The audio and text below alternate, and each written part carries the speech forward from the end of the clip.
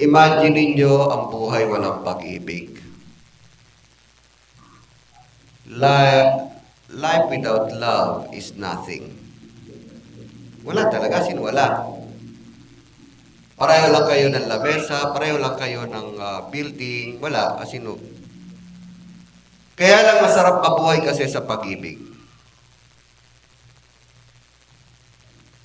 At ang pinakamagandang nilikha sa atin ng Diyos, lagi ko sinasabi to, ang pinakamaganda talaga na nag-endure at satisfying, sublime to our feeling, yung maramdaman mong umiibig ka at mayroong umiibig sa'yo. So love is the most important ingredient in our life. Not wealth, not luxury, hindi mga bagay na to. Walang kwenta yan. Pero ang pag-ibig, yan ang talaga nagbibigay ng satisfaction, joy, peace, security. If you have love. And love endures forever. Because God is love. Yan ang nature ng Diyos, pag-ibig. Doon sa 1 John chapter 4 verse 8 to 16. Nga, basahin nga natin. Dalawang beses sinambit to. God is love. Ibig sabihin, ang Diyos, ang nature niya, pag-ibig. Nature niya yan.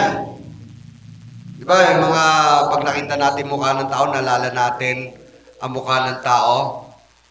Yung nature niya, pag sinabing Mang Tomas, no? Lechon. May mga tao, pag nakikita natin, nalala natin mukha niya, yun yung karakter niya. Either natatakot tayo, natutuwa tayo. No? Pag sinabi natin ganong teacher, alam na natin ang nature niya. Magagalitin, no? Stricto. Pag nakita mo yung pangalang, may magandang pangalan, ano? Yung ano? Jason, yun, babae. Ay, si Jason, pak! Ang bait niyan! Oh, kasi sigaw-sigawan mo yan. Hindi yan magagalit. Kasi yung nature niya no? Nakita ko paano sigawan siya ni Kuya Alex. Nandito pa si Kuya Alex. Oh.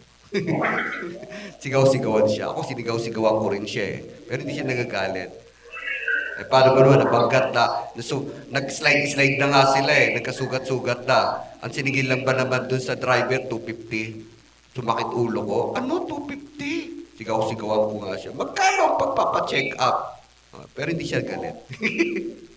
So, may mga tao talaga na pag nakita mo, nasambit mo yung pangalan, yun yung nature niya. But when you say God, the very nature of God is love. Love that forgives, love that give, that extend help, love na hindi nagtatayo ng galit, love na nagbibigay sa atin ng mga mabubuting bagay. Kaya lang kasi tayo kulang sa pag-ibig. Ang pag-ibig na binigay talaga sa atin ng Diyos, may level. May level yan. Lahat ng batas ay nakasalalay sa pag-ibig. Hindi yan utos. Huwag kang pumatay, huwag kang magnakaw. Actually, ano yan pag-ibig yan Kasi ang utos na yan ay pagpapakita ng aksyon na walang pag-ibig. Ayaw niya nun. Ano bang aksyon, ano bang isipan, ano bang motibo na ginagawa nyo na walang pag-ibig, yun ang sin. Kaya lahat ng batas ay hindi talaga kayo, kinokontrol. No, God is not controlling us. He is teaching us how to love. Yun talaga ang batas. Bakit ayaw ka pumatay? Kasi pag ikaw may pag-ibig, hindi mo ako ang pumatay. Magnakaw, mandaya, magsaksi ng kamalian.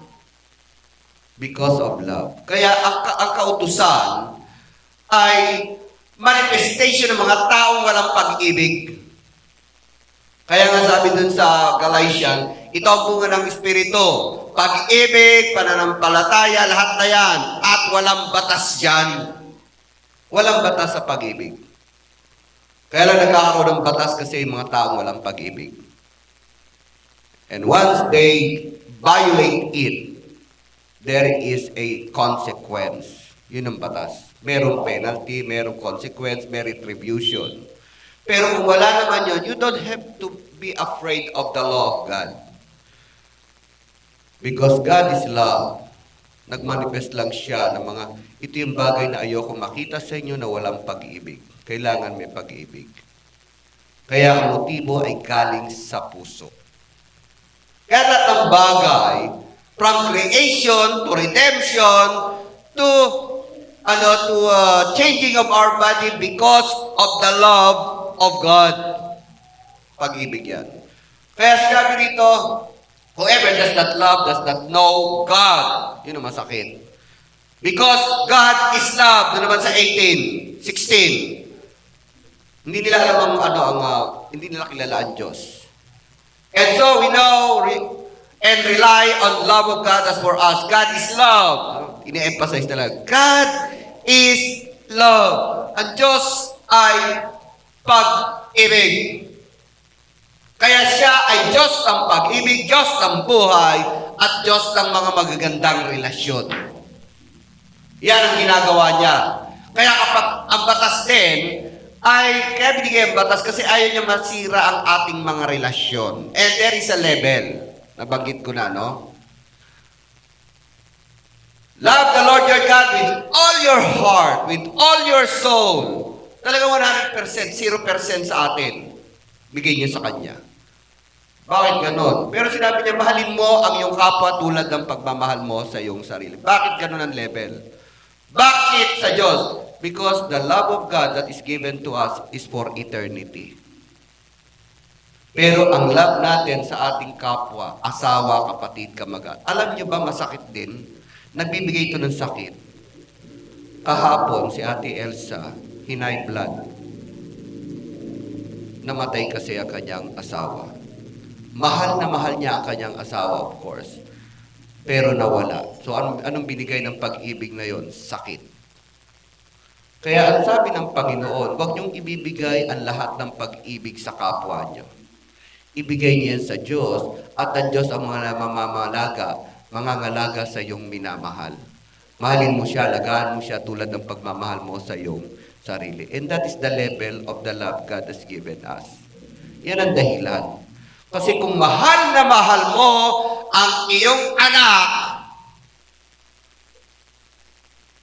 and alam mo naman, temporary lang yan eh. Nang higit sa Diyos, paano kung nawala? Ano ang iyong buhay? Yan ang dahilan kung bakit ang pag-ibig, ibibigay mo talaga lahat sa Diyos. Dahil ang pag-ibig dito sa lupa, nagbibigay ng sakit. Hindi mo alam, mahal naman mo ang kapwa mo, yung pala, kukunti lang binibigay ng pagmamahal sa iyo. At higit sa lahat, temporary lang ang pag-ibig natin dito. Maging asawa, maging anak. Mawala man sila, may mangyari man sa kanila, alam natin ang pag-ibig ng Diyos sa atin mananatili magpakailanman. And that is the reason why. Yan ang dahilan kung bakit sabi ng Diyos, mahalin nyo ang Diyos ng higit sa lahat. Ibigay niya 100%. Ba't 100%? Kasi siya naman ang magmamahal, mag-iingat, mangangalaga sa iyong kapwa, magulang, kapatid, alang-alang sa iyo, alang-alang sa pag-ibig ng Diyos sa iyo. Hindi kanya bibigyan ng sakit, hindi kanya bibigyan ng kawalan. Kaya yun ang level ng pag-ibig. Mahalan mo ang kapwa mo, ang magulang mo, kapatid mo, pinakamaganda, dalhin mo sila sa Panginoon, ipag-pray mo sila. Hindi lahat ibibigay nyo kasi masasaktan ka lang. Masakit. Kaya ang pangit sa mga may asawa na pupunta ako sa church kapag ang asawa ko nagpunta na sa church. Mali! Hanggang sa namatay siya, hindi niya nadala ang asawa niya sa church. Kasi ang Diyos, hindi naman tayo Diyos actually. Don't play God na madadala mo ang kapwa mo sa church. Ibigay mo ang lahat sa Diyos at siya ang gagawa para sa iyo. para sa iyong asawa, para sa iyong kapatid, para sa iyong mahal sa buhay. Dahil siya talaga ang gumagawa sa lahat ng to. That's why 100% isip mo, lakas mo, buhay mo, ibigay mo sa Diyos. At alagaan mo ang iyong pamilya tulad ng pag-aalaga mo sa iyong sarili. Masakit, di ba? Kaya kahapon, high blood si Ate Elsa. Natural lang naman yun. Natural lang. Kaya wala sila rito inaasikaso ngayon si Kuya Anthony. Hindi natin mapanghahawakan ang pag-ibig natin sa kapwa natin. Asawa man to, anak to, kapatid, kabag-anak, hindi natin mapanghahawakan yan. Kaya ang sabi ng Panginoon, ito rin sinabi ng Panginoon, kapag mas mahal mo ang iyong asawa, ang iyong anak, nang higit sa akin, hindi ka karapat-dapat sa akin. Talagang ini-encourage tayo ng Panginoon, mas mahalin niyo ang Diyos kaysa sa kapwa niyo. Kaysa sa asawa niyo, kaysa sa anak niyo. Yung iba, mas inuunang asikasuhin ng anak, pinagluluto, pinag-aaral, lahat. Pero nakakalimutan mag-church dito. Sa bata ng Diyos, mas mahirapan siya, mga laga. Pero kung ang pag-ibig niya 100%, ibinibigay niya sa Panginoon, oras niya 100%, ang Diyos mismo ang gagawa para sa iyong mahal sa buhay. Dahil mahal mo siya, dalhin mo siya sa Panginoon. Dahil mahal mo siya, ipanalangin mo siya sa Panginoon. Dahil mahal mo siya, ipakita mo ang pag-ibig mo sa Diyos. At ang Diyos iibigin din sila. So God is love. Bilang pag-ibig, hindi siya nagpapabaya. Bilang mahal niya tayo, hindi niya kayo nire-reject. Bilang pag-ibig, alam niya na ang kakailanganin niyo, nakaplano na ang buhay natin sa Kanya, isurrender natin ang buhay natin sa Kanya. So the nature of God is love. Anything that is not based on love is against God. Kaya nga, binaba niya ang batas. Kasi ang batas ay kasulatan na para sa mga taong walang pag-ibig. Yan yun. Ang batas ay hindi utos. Ang batas ay hindi para kayo enslave. Bawal dito, bawal yan, bawal yan, bawal yan. Hindi. It only manifests na yan ang mga gawa ng walang pag-ibig. Pero kung kayo'y may pag-ibig, hindi nyo na kailangan ang batas. Kaya nga sabi doon, ang bunga ng Espiritu ay pag-ibig, pagtsatsaga, pananampalataya, and all of that, at walang batas sa mga bagay na yan.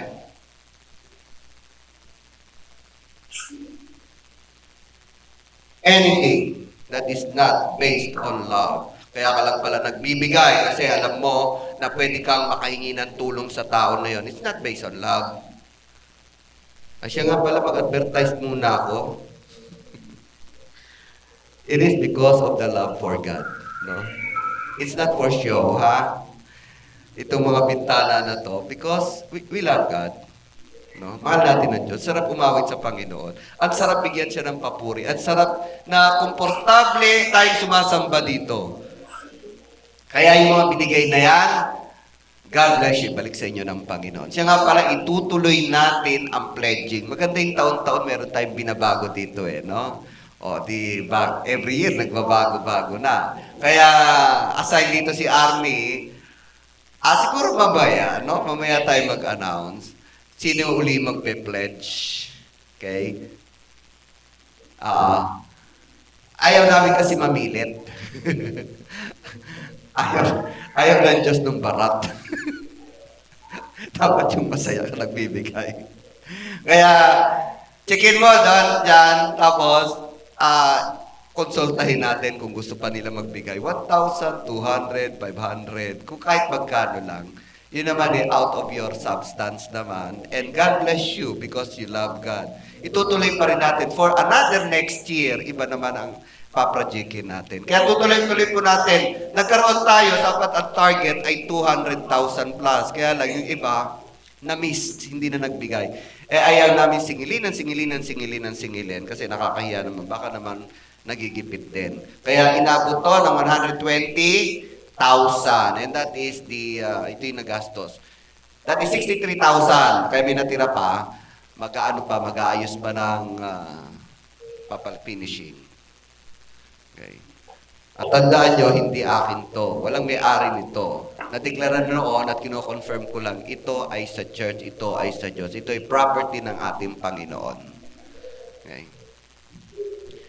So, anything that is not motivated, not act of love, kahit na kabutihan nyo, kahit na kabaitan nyo, pero yung pala ginagawa nyo lang dahil takot kayo, ginagawa nyo lang dahil na-insecure kayo, not of love. Alam nyo ba, ayaw din ng Panginoon Diyos yan. Basura pa rin yung ginagawa nyo.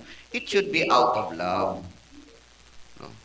Kahit nga sabi nga ng Panginoon better, open rebuke is better than secret love. Kasi mahal mo ang Panginoon, kahit napagalitan mo yan, no? Hindi naman sa outward appearance nag-aano ang Panginoon, tumitingin. Yung motibo nyo, ito ba'y galing sa pag-ibig? Kasi kahit anong kilos nyo, anong tulong nyo, anong gawa nyo, paimbabaw lang at para maging sikat kayo, para lang mapuri kayo, mapasalamatan kayo, hindi rin maganda sa mata ng Panginoon. It should be out of love. Kaya, God is love. He is looking for those who are in love. For Him first, and of course, para sa iba. Love created heaven because of love. Alam niyo ba na ang Diyos kaya siguro lumalang ng langit at lupa para sa atin, para mag-create siya ng relationship. Because love builds relationship. At dahil sa pag-ibig, nung nakita niya na magkakasala tayo, actually ang Diyos, alam niya na magkakasala tayo. Alam niya na yun. Kasi ihanda niya ang kanyang anak para maging tagapagligtas. Para lalo niya maipakita na mahal na siya ay umiibig. Alam niya yon, because of love, hinanda niya na si Jesus doon pa man para tayo ay iligtas. And because of love, inalaw niya ang kanyang presensya na maanahan sa atin. Ang Diyos ay banal. Hindi siya talaga mananahan, ni sasama, ni makipag-usap sa mga makasalanan. Pero ba't siya nananahan sa atin? Kasi ganun ka-intimate ang gusto niyang relasyon sa atin. The reason why kailangan niyong tanggapin si Jesus at manahan sa inyo ang Espiritu Santo, kasi ang gusto niya, yung damdamin mo ay maging damdamin ng Diyos. Yung isipan mo ay tulad ng isipan ng Diyos. Yung kilos mo ay tulad ng pagkilos ng Diyos. Ganun ka-close ang Diyos sa atin. Ganyan gusto niya yung ka-intimate.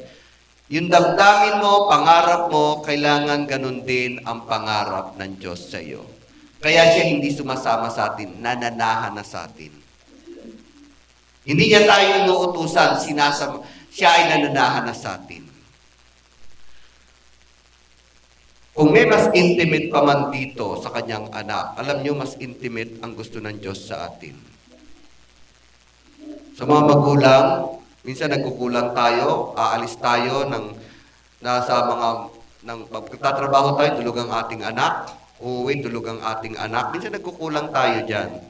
Walang intimacy. Ako nagkulang din kay Luke at kay Micaela noon. Kasi at that time, talagang sagad ako sa trabaho, puro overtime, puro overload. Aalis ako. Tulog sila. Gusto ko, nasa school pa rin ako. Saan school? Magpapagibe ko kasi nanghihinayang ako sa oras sa kikitain ko. Darating sila ng tulog pa rin.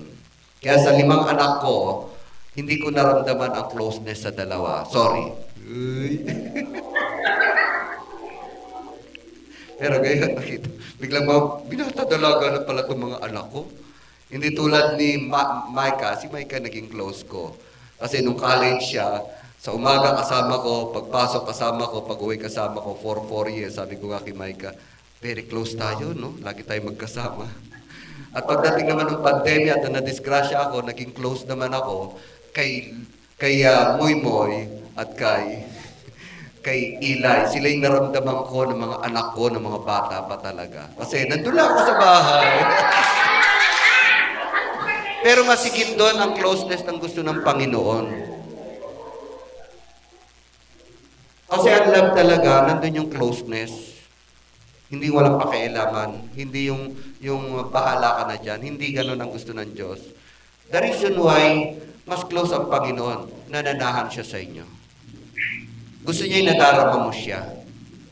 Gusto niya yung iniisip mo, dapat iniisip niya na rin. At yung isip niya, yung nasa isip mo. Yung gusto niya, na gusto mo na rin. That's how close God is to us. Ginawa niya lang sa tao yun, hindi sa mga anghel. Sa mga anghel nga, utos lang siya ng utos eh. Utos lang siya ng utos. Pero ang Diyos, gusto niya intimacy. Kaya nga may panalangin na nandyan siya. Kaya nga may pangako siyang hindi kita iiwan ni pababayaan man. Yung hindi kita iiwan, hindi niya ibig sabihin yun sa loob ng isang linggo. Hindi niya ibig sabihin yun sa loob ng isang araw. Alam niyo ba yung hindi kita iiwan, bawat sandali yun, kaya walang oras? Hindi kita iiwan. Kasi wala siyang sinabi na sa buong araw hindi kita iiwan. Sa buong linggo hindi kita iiwan. Hindi. Ibig niyan sabihin sa bawat sandali yun. Hindi kita iiwan, di pababayaan man. That's how close God is. Kaya kung may iibigin lang man kayo, unahin yung ibigin ng Diyos. Unahin nyo at lalo nyong paitindihin ang pag-igihin ng inyong relasyon sa Diyos. Kasi ito'y mananatili mas intimate as pangwalang hanggan. Hindi kayo makapag-rely sa anumang uri ng relasyon o pag-ibig. Maging sa asawa, ngayon, nawala na iniwan na siya ni Ate Elsa. Masakit, di ba? High blood siya nung isang gabi. Pero hindi niya masisisi kasi yun ang kalooban ng Panginoon. Kaya sa atin man, na bubuhay pa, o sa atin, para hindi kayo masaktan, ibigay nyo ng 100% ang inyong pag-ibig sa Diyos. At ang inyong pag-ibig sa kapwa, iingatan niya, pahalagahan niya, susuportahan niya, palalalay pa. Yan ang kalooban niya.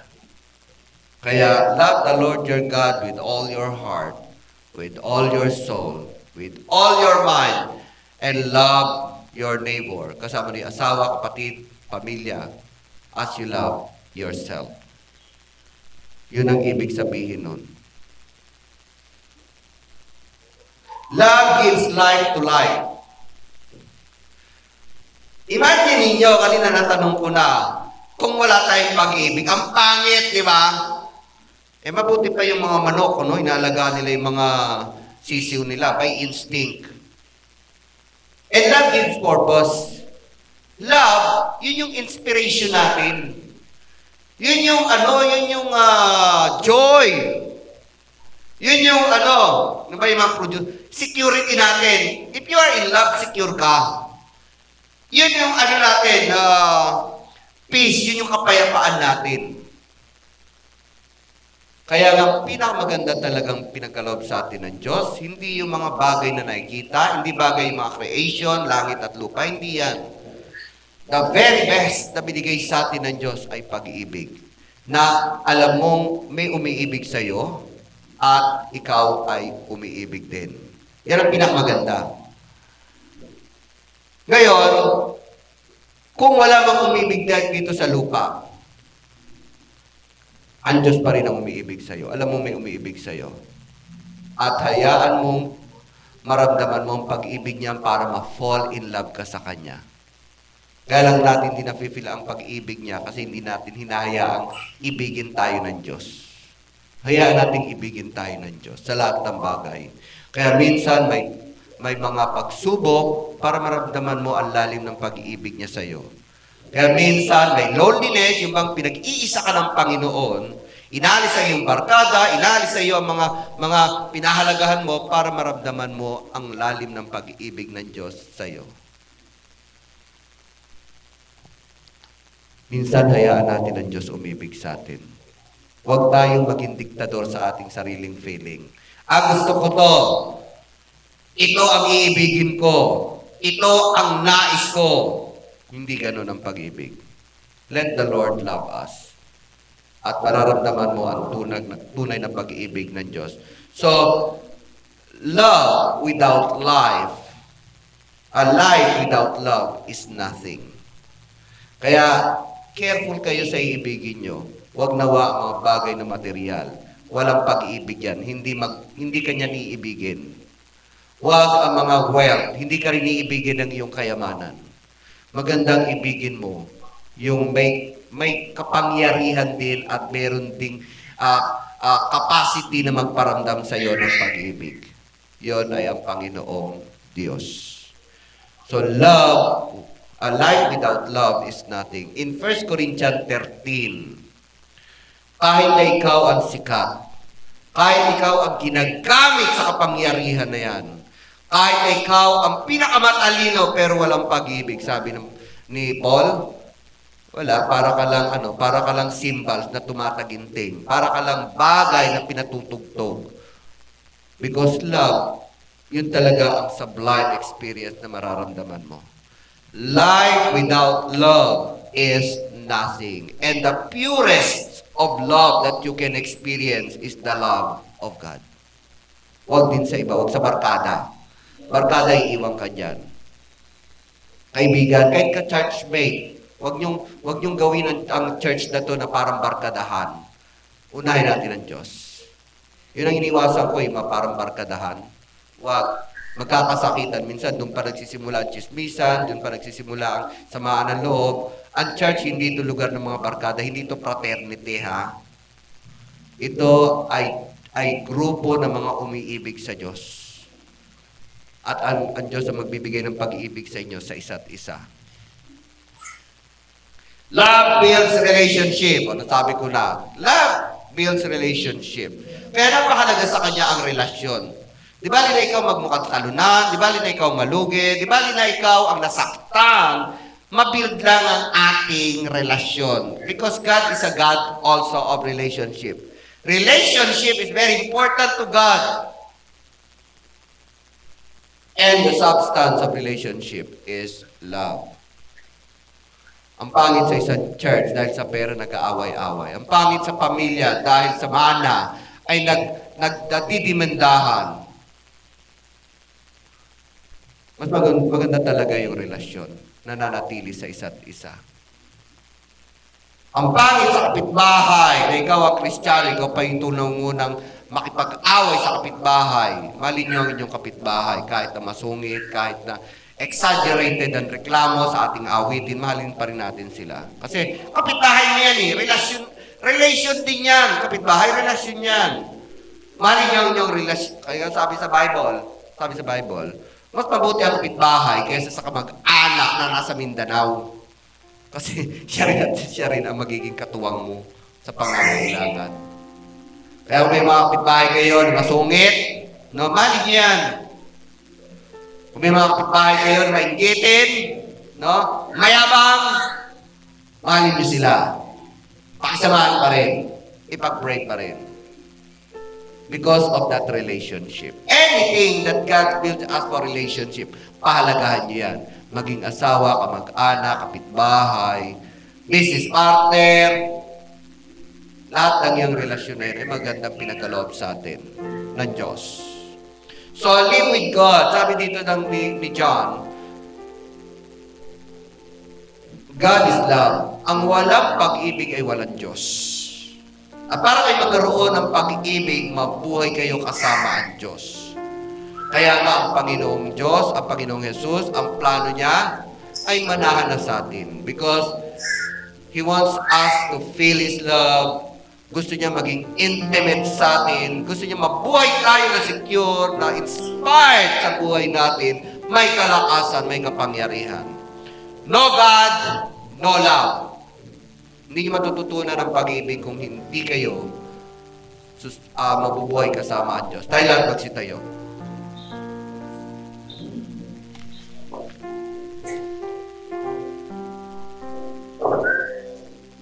Praise God. Purihin ang Panginoon.